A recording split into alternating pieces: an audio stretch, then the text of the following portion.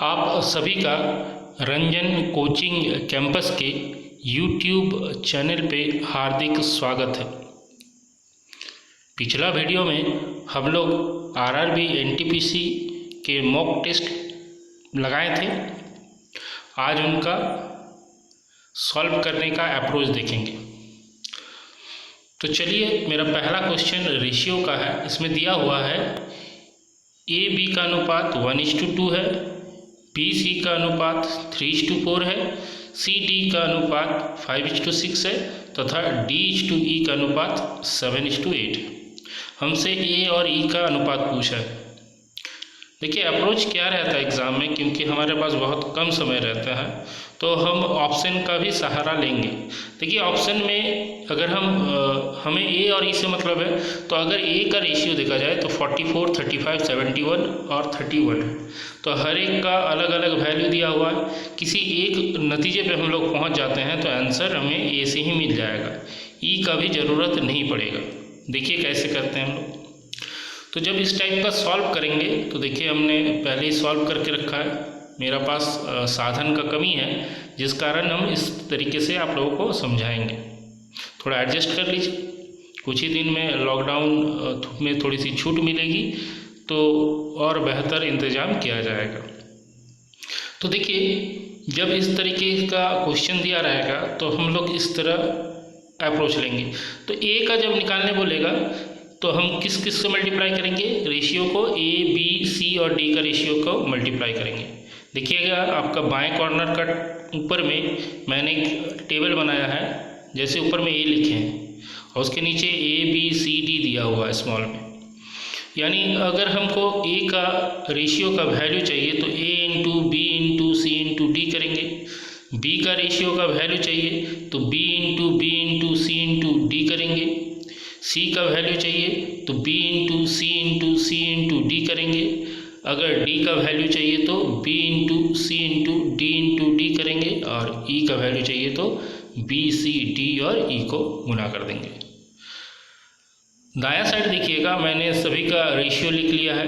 A B का 1:2, B C का 3:4, C D का 5:6 और डी ई का 7:8। हमको ए और ई से मतलब है, तो ए का क्या है? ए बी सी और डी। तो ए का 1, बी का 3, सी का 5, डी का 7। सभी को मल्टीप्लाई करने से आता है 105।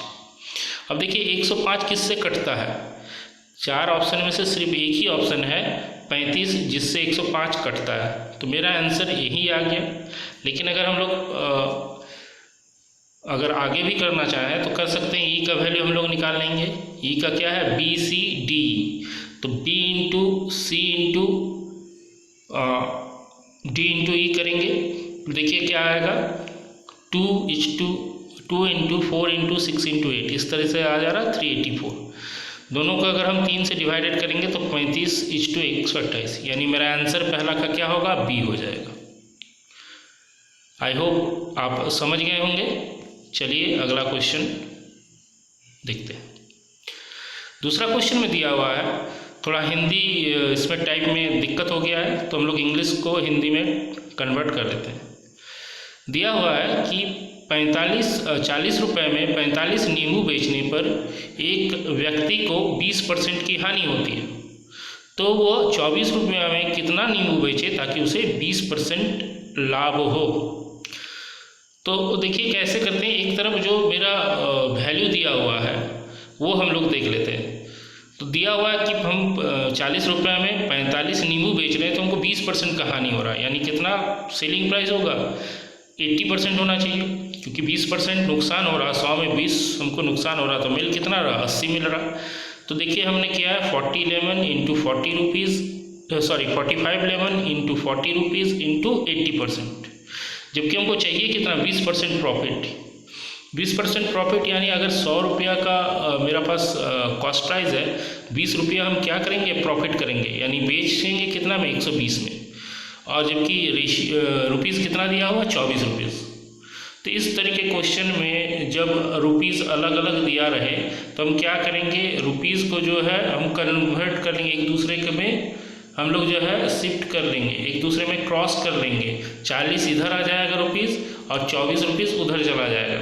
तो हम देख रहे हैं इधर 45 लेमन इंटू 24 रुपीज़ इंटू 80%, इधर हो जाएगा आपका 120 इंटू 40 रुपीज़। अगर हम सारे को डिवाइडेड करते हैं तो कितना रहा 18, यानी हम 24 रुपये में कितना नींबू बेचेंगे 18 नींबू बेचेंगे, यानी मेरा आंसर क्या आ जाएगा।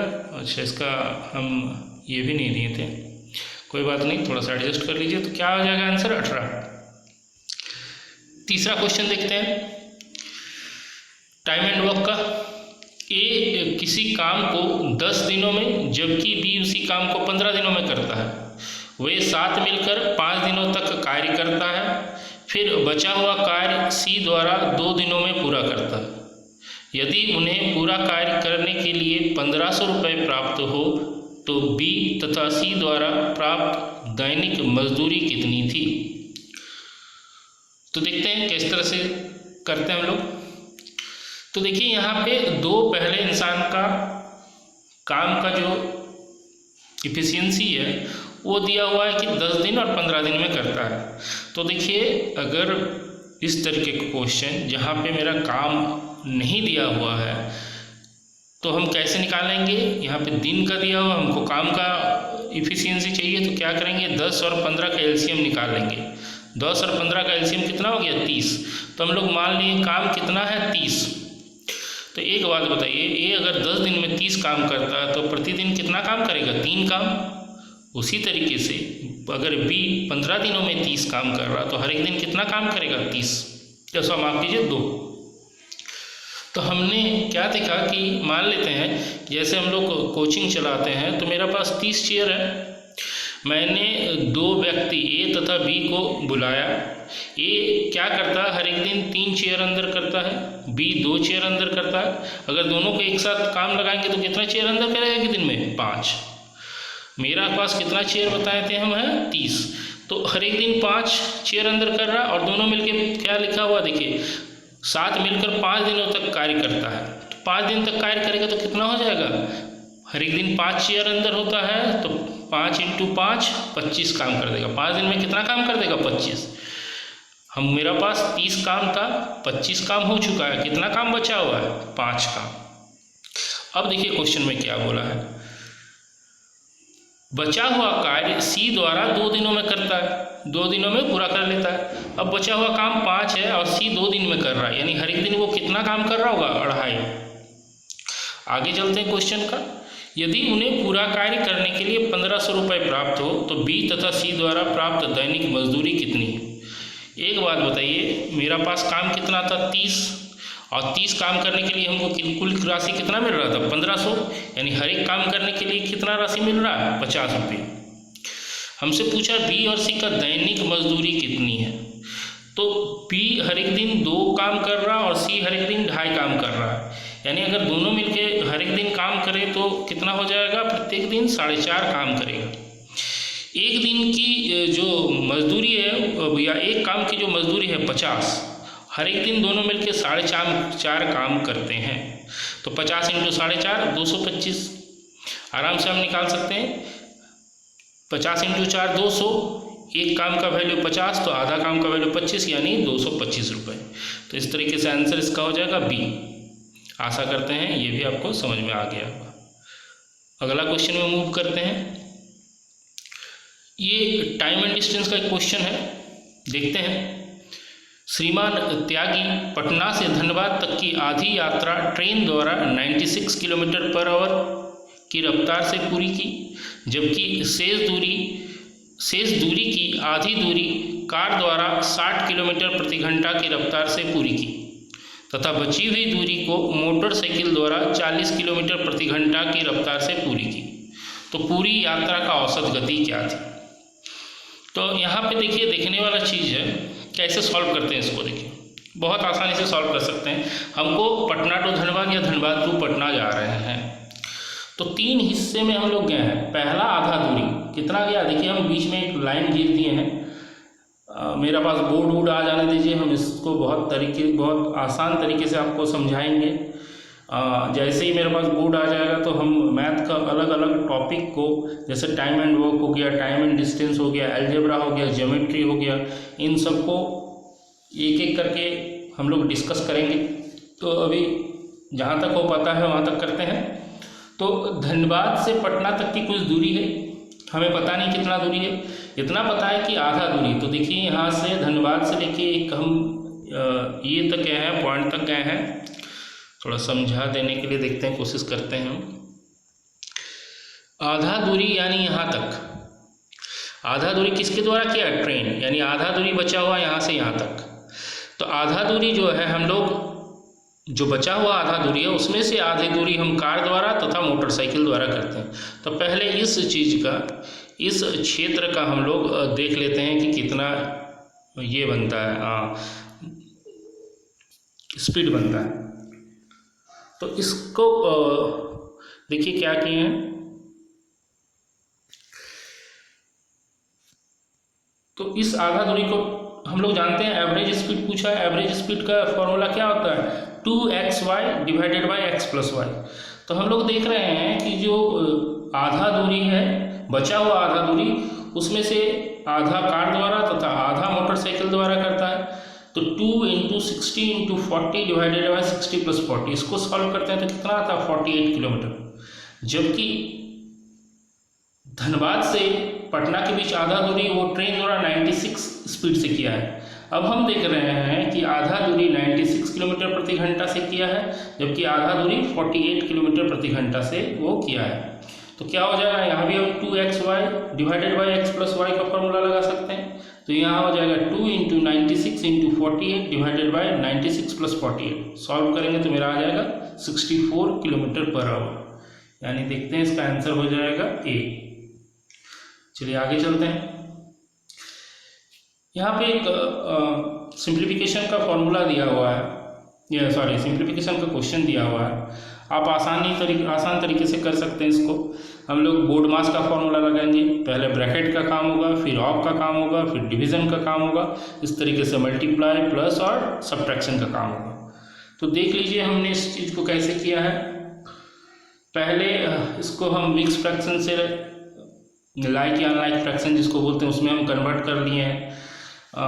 तो पहले ऑफ का काम होगा, फिर पहले ब्रैकेट में जो है वो चीज़ हम सॉल्व करेंगे। पहले ऑफ का काम होगा, तो ऑफ का क्या दिख रहा है हमको? 3 × 2 × 1 + 1 7/3 × 2/7 कैलकुलेट किए तो 2/3 आता है। डिवीज़न को मल्टीप्लिकेशन में कन्वर्ट करेंगे तो मेरा आ रहा है 3/4। देख लीजिए इसको, तो समझाने के लिए तो ये है, आप इसका स्क्रीनशॉट ले सकते हैं और घर में आसानी से बना सकते हैं। तो इसका आंसर 5 आ रहा है, तो इसका 5 का बी हो जाएगा। आगे का क्वेश्चन देखते हैं, और इसमें भी हम शायद ये देना भूल गए थे। तो 6 नंबर देखिए, दिया त्रिभुज ABC में AB तथा AC भुजाओं को क्रमशः P तथा Q तक बढ़ाया गया। एंगल PBC तथा एंगल QCB के संधिभाजक एक दूसरे को बिंदु R पर काटते हैं। यदि R 66 डिग्री हो तो एंगल A का माप क्या होगा? तो ये क्वेश्चन आसानी से आप बना सकते हैं। देखिए इस टाइप से हम एक फिगर लिए हैं, एक त्रिभुज लिए हैं। पहले त्रिभुज ABC बनाए हैं, AB भुजा को हम P तक बढ़ाए हैं, जबकि AC भुजा को हम Q तक बढ़ाए हैं। अब एंगल PBC और एंगल QCB, इन दोनों को भुजा को अगर आगे बढ़ाते हैं दोनों को, तो कहाँ पे मिलेगा? ये R पे मिल रहा है, और R जो एंगल बन रहा है वो 66 डिग्री होता है। तो इसका साधारण सा चीज़ हम लोग कर लेंगे कि angle BRC = 1/2 × angle A + 90 degree. Solve करेंगे तो क्या आ जाएगा? 48 डिग्री। चलिए आगे का क्वेश्चन देखते हैं। ट्रिग्नोमेट्री का क्वेश्चन है। cos θ + sin θ = m, sec θ + cosec θ = n, तो m/n का वैल्यू क्या होगा? बहुत आसान क्वेश्चन। देखिए ये चीज़ देखिएगा, जब हम लोग ट्रिगो का क्वेश्चन बनाएंगे तो सीक्वेंस देखेंगे किस में मिल रहा है। देखिए कॉस और साइन दिया हुआ है, उसका वैल्यू m दे रहा है। सेक और कॉसेक का भी वैल्यू n दे रहा है। हमको m और n का वैल्यू पूछा। तो कॉस को अगर हम उल्टा कर देंगे तो क्या बनता है? सेक बनता है। साइन को उल्टा करेंगे तो कॉसेक बनता है। यानी रेसिप्रोकल अगर करेंगे हम लोग तो 1/sec, कॉस का वैल्यू 1/sec हो जाएगा और साइन का वैल्यू 1/cosec हो जाएगा। इसका वैल्यू क्या है? m दिया है। तो देखिए कॉस से हम सेक में जा रहे हैं, साइन से हम कोसेक में जा रहे हैं, यानी मेरा क्या सीक्वेंस बन रहा है। तो जब भी आप ट्रिग्नोमेट्री का क्वेश्चन, इस तरीके के क्वेश्चन जहाँ पे आपका फॉर्मूला आइडेंटिटी दिया रहे हैं, उसमें देखिएगा कि हम जो सीक्वेंस में लाना चाह रहे हैं वो हो रहा है कि नहीं। जैसे कॉस का सीक्वेंस क्या बनता है, सेक से बनता है, साइन का सीक्वेंस किससे बनता है, कोसेक से बनता है। तो क्या कॉस को सेक में चेंज करने से मेरा आ सकता है क्या, नहीं आ सकता, आ ही सकता है। देखिए किस तरीके से कि कॉस को हम किस में चेंज कर लिए, 1/sec में, प्लस साइन को 1/cosec में। इसका वैल्यू m दिया हुआ, हम इसको प्लस करते हैं तो क्या आता है, सेक इंटू कोसेक, नीचे आ जाता है, ऊपर क्या आता है, कोसेक प्लस सेक। अब देखिए सेक प्लस कोसेक का वैल्यू क्या है, n दिया हुआ है, तो कोसेक प्लस सेक की जगह हम n रख सकते हैं, और नीचे है मेरा sec into cosec, sec into, अब देखिए n divided by sec into cosec का वैल्यू क्या दे रहा है, m दे रहा है, यानी सेक इंटू कोसेक का क्या वैल्यू आना चाहिए, n/m, m ऊपर चला जाएगा, n से n कैंसिल हो जाएगा, बचेगा यानी मेरा m, यानी सेक का क्या है, n/m, और हमको जो कि इसका रेसिप्रोकल चाहिए यानी m/n चाहिए, तो हम लोग इसको कर सकते हैं 1/sec इंटू 1/cosec। इसका क्या वैल्यू हो जाता है, 1/sec 1/cosec का हम लोग देखे थे cos इंटू साइन या साइन इंटू कॉस, तो मेरा आंसर आ जाएगा b, sine into cos theta. आशा करता हूँ ये भी आपको चीज़ को समझ में आ गया होगा। चलिए नेक्स्ट क्वेश्चन देखते हैं। नेक्स्ट क्वेश्चन जो दिया हुआ ये रेशियो एंड मिक्सचर का है। इस क्वेश्चन में देखिए पढ़ते हैं, दूध और पानी के मिश्रण में दूध तथा पानी का अनुपात 5:3 है। यदि इस मिश्रण में 10 लीटर पानी मिला दिया जाए तो मिश्रण में दूध और पानी का अनुपात 15:14 हो जाता है। तो प्रारंभ में मिश्रण में दूध और पानी की मात्रा कितनी थी। चलिए देखते हैं। देखिए पहले क्या है, दूध और पानी का रेशियो 5:3 दिया हुआ, 10 लीटर पानी डाल रहे हैं तो मिल्क और वाटर का रेशियो क्या हो जा रहा है, दूध और पानी का रेशियो 15:14 हो जा रहा है। ये तो समझ में बात आ रहा है कि जब हम दूध डाल रहे हैं 10 लीटर तो अनुपात 3 से 14 हो जा रहा है, ये तो समझ में आ रहा है क्योंकि हम पानी डालें, लेकिन हम दूध के साथ कोई भी छेड़खानी नहीं किए हैं। पहले दूध जितना था उतना ही रहना चाहिए, क्योंकि ना तो हम इस मिश्रण से दूध निकाले हैं ना ही दूध डाले हैं। तो ये 5 से रेशियो 15 नहीं होना चाहिए था, पहले भी रेशियो जो था अभी भी रेशियो वही आना चाहिए। ये मेरा क्या अप्रोच बताता, तो हम बराबर कर लेंगे।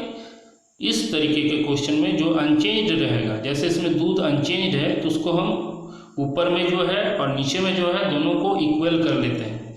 तो इक्वल करने के लिए एक साफ दिख रहा है कि अगर 5 को हम 3 से मल्टीप्लाई करेंगे तो 15 हो जाएगा, यानी दूध ऊपर में भी 15 रह जा रहा है और नया रेशियो में भी 15 रह जा रहा है।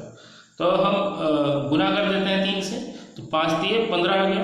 रेशियो का नियम ये है कि जो आप लेफ्ट हैंड साइड तरफ कीजिएगा वही चीज़ आपको राइट हैंड साइड भी करना पड़ेगा, यानी 3 × 3 दूध कितना, पानी कितना था पहले 9।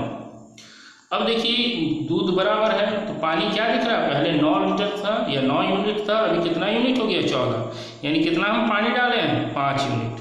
लेकिन क्वेश्चन में आपको 5 यूनिट नहीं कहा गया, क्वेश्चन में बोला 10 लीटर, यानी 5 यूनिट का वैल्यू 10 लीटर, तो 1 यूनिट का वैल्यू 2 लीटर। तो हमसे पूछा प्रारंभ में दूध और पानी की मात्रा कितनी थी, तो 1 यूनिट का वैल्यू 2, तो प्रारंभ में 15 यूनिट दूध था, तो 15 × 2 30, और आपका पानी कितना था 2 यूनिट, तो 9 × 2 18, दोनों को जोड़ने पर कितना आ जा रहा है आपका 48 लीटर, यानी मेरा क्या आंसर आ गया 48 लीटर। तो ऑप्शन बी इसका आंसर हो जाएगा। चलिए आगे बढ़ते हैं। देखिए एक ज्योमेट्री का क्वेश्चन दिया हुआ, आसानी क्वेश्चन है, तो देख लेते हैं। क्या आगे दिया हुआ है कि PQRS है तो वर्ग है, स्क्वायर है, और इसमें एक SRT एंगल है जो समबाहु त्रिभुज यानी इक्विलैटरल ट्रायंगल है। तो SOR का हमको ये पूछा है, एंगल का वैल्यू पूछा। तो देखिए मैंने यहाँ पे बना लिया है उस फिगर को भी, तो हम लोग जान रहे हैं, देखिए हम लिख कर रखे हैं उसको ध्यान दीजिएगा। PQRS क्या है, एक वर्ग एक स्क्वायर, और स्क्वायर का एंगल कितना होता है 90 डिग्री होता है। हर एक एंगल कितना डिग्री का हो जाएगा 90 डिग्री का। तो एंगल P हमको S से मतलब है अभी, क्योंकि SOR पूछा है, तो पहले S को लेंगे हम, फिर R को लेंगे और O को हमको निकालना है। अगर S और R का हमको पता चल जाता है तो O का हम आसानी से निकाल सकते हैं। तो एंगल पी एस आर कितना डिग्री है, 90 डिग्री, क्योंकि एक वर्ग है, अगर वर्ग का हम पी एस आर लेते हैं तो कितना हो जाता है, 90 डिग्री। लेकिन एक समबाहु त्रिभुज है जो एस आर टी है, यानी एस यहाँ भी आ रहा है जो 60 डिग्री है, तो यहाँ से अगर हम निकालना चाहें कि क्यू, अच्छा ठीक है, एस आर टी दिया हुआ है, एस आर टी त्रिभुज दिया हुआ है, हाँ जी बिल्कुल, समबाहु त्रिभुज है तो 60 डिग्री हो जाएगा। तो अगर हम टी एस आर का बात करें तो कितना हो जाएगा, वो 60 डिग्री हो जाएगा। उसको मैंने यहाँ लिखा नहीं है, कोई बात नहीं। अगर हम टी एस आर का बात करें तो वो कितना डिग्री हो जाएगा, 90 डिग्री। अब अगर हम लोग क्यू एस आर का बात करें तो क्यू देखिए, अगर पी एस आर जो वर्ग है वो 90 डिग्री है तो इसका डायगोनल कितना हो जाएगा, आधा हो जाएगा, यानी 45 डिग्री हो जाएगा। तो यहाँ पे क्यू एस आर कितना हो गया, 45। तो हम लोग देखते हैं अगर टी एस ओ का बात करें तो टी एस ओ कितना हो जाएगा, 60 में से 45 डिग्री हटा देंगे, यानी कितना डिग्री बच रहा, 45, माफ कीजिए 15 डिग्री बच रहा है। टी एस ओ 15 हो गया, यानी हम यहाँ से निकाल सकते हैं एस ओ आर का। हम लोग देखें कि आर एक समबाहु टी एस आर एक समबाहु त्रिभुज है, तो एंगल आर कितना हो जाएगा, आपका हो जाएगा 60 डिग्री। एंगल एस पहले ही हम लोग निकाल चुके हैं, एंगल एस अगर ओ का पर्सपेक्टिव में देखा जाए तो 15 डिग्री, तो ओ कितना हो जाएगा, हम लोग जानते हैं एक त्रिभुज 180 डिग्री का होता है, जिसमें से दो भुजा मेरा निकल गया, एक 60 और एक 15, तो तीसरा भुजा 180 में से हम लोग 75 घटा देंगे, यानी 105 डिग्री। थोड़ा सा दिक्कत हो रहा होगा क्योंकि एक साथ मैंने लिखा है और करके मैं नहीं दिखा पा रहा हूँ। जैसे ही मेरा पास बोर्ड आएगा इस चैप्टर को हम लोग बहुत अच्छी तरीके से डिस्कस करेंगे। चलिए अगला क्वेश्चन देखते हैं। ट्रेन का क्वेश्चन है, दिया हुआ है कि 116 मीटर और 94 मीटर लंबी दो रेलगाड़ियाँ विपरीत दिशा से चल रही है, एक 68 किलोमीटर प्रति घंटा जबकि दूसरी रेलगाड़ी की चाल 58 किलोमीटर प्रति घंटा है। तो दोनों रेलगाड़ियाँ एक दूसरे के कितने समय में पार कर जाएगी। तो हम लोग देखिए जानते हैं कि एरो दिए हुए हैं, मान लीजिए वो ट्रेन है, दोनों एक दूसरे के विपरीत दिशा में आता है, तो लेंथ हमेशा चाहे एक दिशा हो चाहे विपरीत दिशा हो, लेंथ हमेशा क्या होगा, ऐड होगा। तो 116 प्लस 94 कितना मीटर हो गया, 210 मीटर। स्पीड अगर एक ही दिशा में रहता है तो माइनस होता है, और विपरीत दिशा में रहेगा तो ऐड होगा, प्लस हो जाएगा। इस क्वेश्चन में इस जो ट्रेनें हैं वो विपरीत दिशा से आ रही हैं, तो स्पीड क्या होगा, ऐड हो जाएगा। दोनों स्पीड को अगर हम जोड़ते हैं तो कितना आ जाएगा, 126 किलोमीटर पर आवर। थोड़ा सा यहाँ डिफरेंट अप्रोच लगाए हैं, जिनको ये अप्रोच आता है उसके लिए तो ये बहुत बढ़िया तरीके से समझ गए होंगे। जिनको इस अप्रोच से नहीं बनता है वो दूसरे अप्रोच से बनाया तो भी ठीक है। इस अप्रोच को हम लोग डिस्कस करेंगे। इस अप्रोच को समझने के लिए थोड़ा सा दिक्कत हो रहा होगा, अभी कहाँ से 36 आ गया, 1260 कहाँ आ गया, तो इसका डिस्कस करेंगे हम लोग जब ट्रेन को अलग तरीके से हम लोग डिस्कस करेंगे या उसके बारे में जानेंगे। तो देखिए इसको मोटा मोटी समझ लेते हैं। यहाँ पे जब भी हमको किलोमीटर पर आवर रहेगा तो उसको 0 लगा दीजिए, यानी 1260 मीटर हो गया। ये 1260 मीटर कितना देर में जाता है, 36 सेकंड में। तो हमसे पूछा 210 मीटर कितना देर में जाएगा, क्रॉस मल्टीप्लाई करते हैं तो 210 × 36/1260 काटते हैं तो आता है 6 सेकंड, यानी ऑप्शन कौन सा हो जाएगा, ऑप्शन डी। चलिए एक और क्वेश्चन है, ये क्वेश्चन भी आपका टाइम एंड डिस्टेंस का है। क्वेश्चन में कहा है एक सिपाही चोर को 200 मीटर की दूरी से देखता है और उसको पकड़ने के लिए भागता है। यदि सिपाही और चोर की चाल क्रमशः 12 किलोमीटर प्रति घंटा तथा 10 किलोमीटर प्रति घंटा था तो चोर द्वारा तय की गई दूरी क्या है। तो आसानी से हम लोग निकाल सकते हैं। देखिए यहाँ पे देखिए कह रहा है कि पुलिस और चोर के बीच में कितना मीटर का दूरी है, 200 मीटर का। अब पुलिस चोर जो है भागना शुरू करता है। पुलिस का स्पीड 12 किलोमीटर पर आवर है और चोर का स्पीड 10 किलोमीटर पर आवर। तो कितना दूरी पूछा है, चोर गया। तो देखिए करते हैं, स्पीड और जब डिस्टेंस दे रहा है तो स्पीड से ही हम डिस्टेंस निकाल देंगे। यहाँ पे 12 यूनिट स्पीड दे रहा है, 10 यूनिट स्पीड दे रहा है, दोनों के बीच कितना का अंतर दिख रहा है, 2 का। 2 यूनिट का वैल्यू 200 तो 1 यूनिट का वैल्यू कितना आ गया, 100। 100 को 12 से मल्टीप्लाई करते हैं 1200 और चोर वाला में 10 किलोमीटर है, 10 यूनिट मल्टीप्लाई करते हैं तो 1000। तो जाहिर सा बात है, देख रहे हैं 200 मीटर का अंतर था और पकड़ लेगा इतना देर में।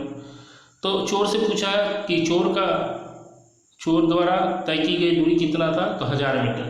तो मीटर में तो एक ही दिया 1200 मीटर, जो गलत है, बाकी सारा किलोमीटर में दिया हुआ है। तो option C 1 kilometre, 1000 metre means 1 kilometre होता है, तो ऑप्शन सी आंसर हो जाएगा।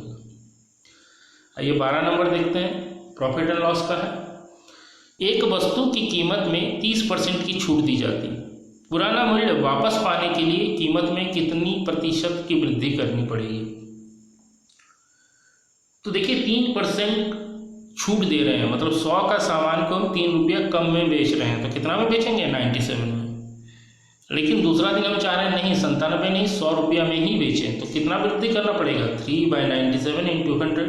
सॉल्व कीजिएगा तो 3.09% आ जाएगा, तो इसका आंसर हो जाएगा डी।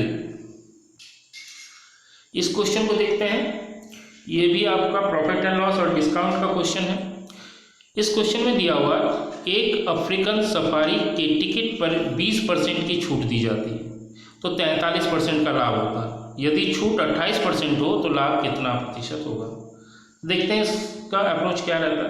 तो 20% डिस्काउंट हमेशा किस पे दिया जाता है, मार्केट प्राइस पे। तो ऊपर 20 यानी डिस्काउंट 100 रुपया में, मार्केट प्राइस 20% मतलब, तो 100 रुपया में 20 रुपया छूट दे रहा है। इसको अगर हम लोग रेशियो में कन्वर्ट करें तो 1/5 हो जाता है। यानी जिस चीज़ पे 5 रुपया टैग लगा हुआ है उस पर 1 रुपया छूट देंगे, तो बेचेंगे कितना में, 4 रुपये में। तो देखिए नीचे मार्केट प्राइस और सेलिंग प्राइस लिखे हैं, 5 और 4 किए हुए हैं। तो इस चीज़ को जब हम कर रहे हैं तो हमको कितना प्रॉफिट हो रहा है, 43%। मतलब 100 रुपया का सामान है तो हम उसको बेच कितना में रहे हैं, 143 में। अब देखिए एक चीज़ का दो सेलिंग प्राइस निकल रहा है। जब हम मार्केट प्राइस के थ्रू ले रहे हैं तो सेलिंग प्राइस 4 आ रहा है, जब कॉस्ट प्राइस की तरफ से ले रहे हैं तो सेलिंग प्राइस 143 आ रहा है। तो एक चीज़ का तो 2 सेलिंग प्राइस नहीं हो सकता, एक ही हो सकता है। तो इसको इक्वल कर लेते हैं, कैसे, ऊपर नीचे मल्टीप्लाई करते हैं। अभी रेशियो में बात की है कि जो हम लोग एक साइड करते हैं वही चीज़ दूसरा साइड करना पड़ेगा। अगर हम सेलिंग प्राइस, ऊपर वाले सेलिंग प्राइस को 143 से मल्टीप्लाई कर रहे हैं तो मार्केट प्राइस को भी 143 से मल्टीप्लाई करना पड़ेगा, यानी कितना आ जाएगा, 715। अब 143 को भी तो हम 4 से मल्टीप्लाई कर रहे हैं, तो कॉस्ट प्राइस को भी हमको 4 से मल्टीप्लाई करना पड़ेगा, तो कितना आ गया, 400। अब बोल रहा है कि नहीं, अगर हम मार्केट प्राइस पे 28% का डिस्काउंट दें तो 1715 का 28% डिस्काउंट दे रहे हैं, तो बचेंगे कितना में, 72 रुपये में। तो 72/100 करेंगे तो सेलिंग प्राइस कितना निकला, 514। 400 का सामान 514.8 में बेच रहे हैं, अभी भी हमको प्रॉफिट हो रहा है कितना, 114.8 का, कितना में, 400 में। तो 100 में कितना कैलकुलेट करेंगे तो 28.7%। तो इसका आंसर हो जाएगा आपका बी। चलिए आगे चलते हैं।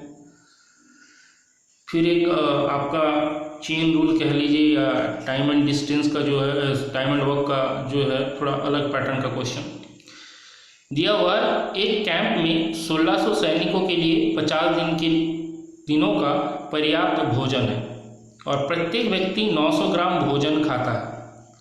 40 दिनों के बाद 400 सैनिक शिविर से चले गए। अब कितने दिनों तक खाना चलेगा यदि बचे हुए सैनिक प्रतिदिन 1000 ग्राम खाना खाते हो।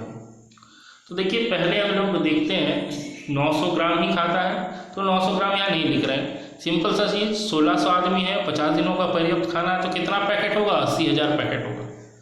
1600 आदमी अब खाना चालू करता है, 40 दिन तक खाता, तो कितना खा लेगा, 64,000 पैकेट खा लेगा, तो बचेगा कितना पैकेट, 16,000। अब जो है बोला है 400 सैनिक, देखिए क्वेश्चन में दिया हुआ है 400 सैनिक शिविर छोड़ के चला गया, तो अब 16,000 पैकेट बचा हुआ है, हर एक पैकेट में 900 ग्राम खाना है। अब 400 सैनिक चले जाते हैं, तो 1600 में 400 चले गए तो कितना बचा, 1200 सैनिक बचे, और हर एक दिन 1000 ग्राम करके खाएंगे। तो 16,000 × 900 gram divided by 1200 × 1000 gram, calculate करेंगे तो कितना दिन आ जाएगा, 12 दिन। 14 का आंसर 12, यानी इसका आंसर ऑप्शन ए करेक्ट होगा। 15 वाला देखते हैं। इस क्वेश्चन में, ये जो क्वेश्चन है वो अलजेब्रा का है। आपको दिया हुआ है कि x + 1/x = 5, तो x⁴ divided by x to the power 7 का वैल्यू, माफ कीजिए x to the power 7 plus 1 by x to the power 7 का वैल्यू क्या होगा।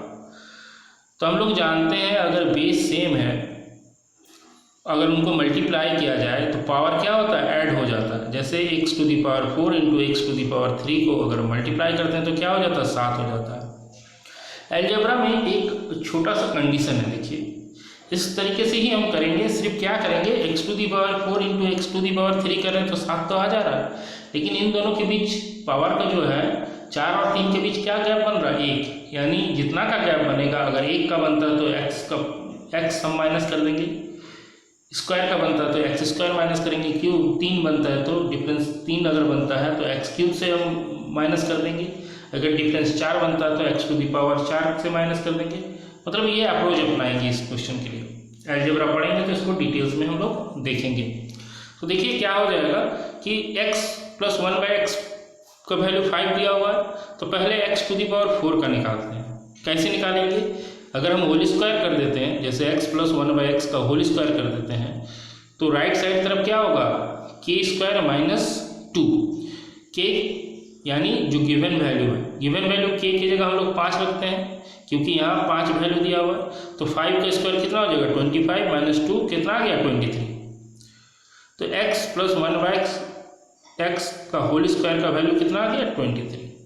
अब अगर इसको स्क्वायर कर देते हैं, x plus 1 by x whole square का स्क्वायर कर देते हैं तो क्या आ जाएगा, x टू दी पावर 4 आ जाएगा।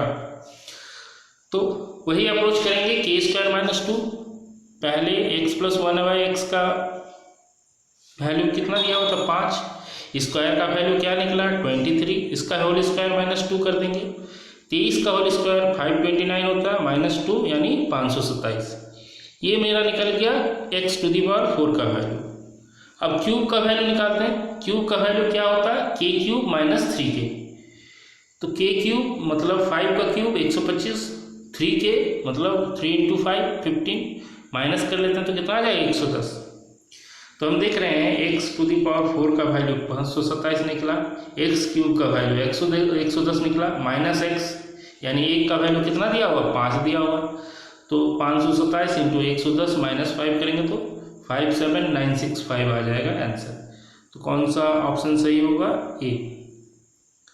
16 नंबर देखते हैं, पाइप एंड टंकी का क्वेश्चन है।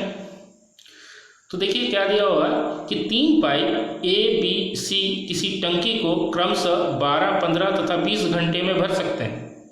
यदि ए को खुला रखा जाता है और बी तथा सी को 1-1 घंटे के लिए वैकल्पिक रूप से खोला जाता है तो टंकी कितने देर में भर जाएगी। तो देखिए कैसे अप्रोच करते हैं, 3 पाइप है मेरे पास ए बी और सी, ए 12 घंटे में भर रहा, बी 15 घंटे में भर रहा, सी 20 घंटे में। तो टंकी का क्षमता कैसे निकालेंगे, तीनों का एलसीएम लेके, तो तीनों का एलसीएम कितना आता है 60, तो 60 लीटर टंकी का क्षमता हो गया।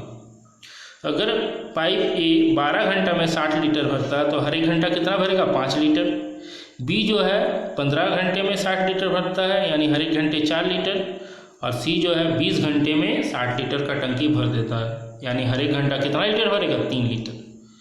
यहाँ कहा है कि ए हमेशा के लिए खुला रख देता है जब तक टंकी भर नहीं जाती, और बी और सी को 1-1 घंटा ए के साथ लगा दिया जाता है।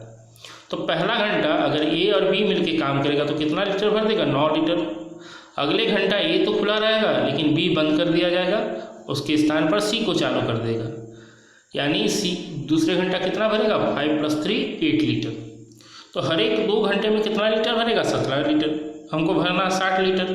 तो पहला 3 चरण में कितना लीटर भर जाएगा 51 लीटर, 3 चरण यानी 3 बार ए बी और 3 बार ए सी यानी 3 × 2 6, 6 घंटे में आपका 51 लीटर भर गया।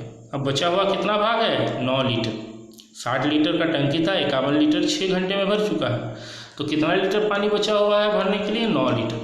अब कौन काम करने आएगा ए और बी, ए और बी हर एक घंटा 9 लीटर भरना है यानी अगला 1 घंटा में वो लोग 9 लीटर भर जाएंगे यानी आंसर कितना हो जाएगा 6 + 1 7 घंटा, यानी 7 घंटा में पूरा टंकी भर जाएगा। यहाँ पे ऑप्शन में थोड़ा सा गड़बड़ी हो गया था लेकिन मैंने ऑडियो में कह दिया था कि किसी एक को चेंज करके 7 लीटर बना लीजिएगा, तो आंसर क्या हो गया 7 लीटर। अब अगला क्वेश्चन देखते हैं 17 का। यही लास्ट क्वेश्चन है, एसआई का क्वेश्चन है। किसी निश्चित धन पर साधारण ब्याज मूलधन का 1/9 है। यदि दर प्रतिशत और समय का मान 1 हो तो दर प्रतिशत क्या है? तो देखिए, जब इस टाइप से आ जाएगा, मूलधन 9 है यानी एसआई कितना मिल रहा है? 1, जैसे इसमें किए हैं। मेरा मूलधन 9 दिया हुआ है, एसआई साधारण ब्याज 1 रुपया मिल रहा है 9 रुपये पे। रेट और टाइम सेम है यानी एक्स और एक्स दोनों को ले लें। फॉर्मूला क्या होता है? P into R into T divided by S I into 100। P मेरा 9 है, रेट और टाइम 1 है तो एक्स स्क्वायर कर लिए, एस आई 1 इंटू 100 ही रहेगा। क्रॉस मल्टीप्लाई करते हैं तो एक्स स्क्वायर का वैल्यू क्या आ जाएगा? 100/9 यानी एक्स का वैल्यू 10/3। अगर हम इसको डिवाइडेड करते हैं तो 3 1/3% आ जा रहा है, यानी रेट भी 3 1/3 होगा, टाइम भी 3 1/3 होगा। हमसे क्या पूछा? हमसे दर पूछा है, तो दर क्या आया? 3 1/3%, यानी ऑप्शन ए सही है। उम्मीद करते हैं आपको वीडियो अच्छा लगा है। थोड़ा सा समय का अभाव हो रहा है, जल्दी इसको भी सॉर्ट आउट कर लेंगे और आपको सूचित कर दिया जाएगा कि कब आपका मॉक स्टार्ट होगा, कब आपका मॉक का आंसर आएगा। ठीक है, अभी थोड़ा सा एडजस्ट कीजिए, जल्दी हम लोग इस चीज़ को लेकर एक वीडियो जारी कर देंगे कि मॉक आपका हर एक दिन या हर एक 2 दिन पे कितने बजे स्टार्ट होगा, ये आपको जल्द से जल्द सूचित कर दिया जाएगा।